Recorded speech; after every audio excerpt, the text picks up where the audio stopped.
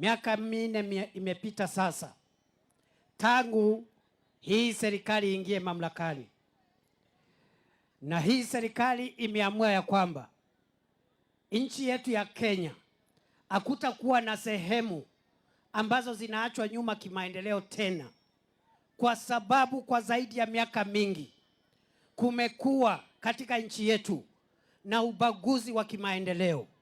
Sehemu zingine ziko mbele, zingine zinaachwa nyuma.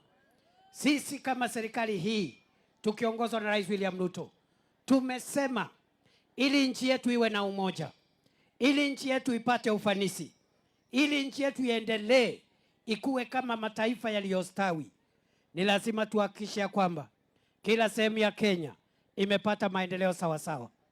Barabara ikijengwa inajengwa Kenya nzima. Tukiweka maji tunaweka kila mahali. Tukiwekea wananchi stima kila mahali.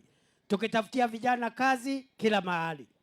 Na ndio unaona wale watu ambao hawataki usawa katika taifa letu la Kenya, usawa wa jamii zote, wale ambao hawataki kuona usawa wa Kenya, ndio wameletea rais kisirani, ndio wamekabiliana na rais na kisirani na matusi na chuki na ukabila na maneno ya bure ya kuchemsha wananchi na kuchochea uhasama na kuharibu amani ya nchi yetu.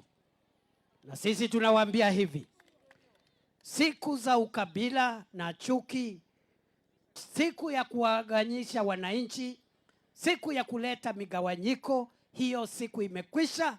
Kenya sasa inasonga mbele kama taifa moja, kama ndugu na dada. Hakuna sehemu inabaki nyuma tena.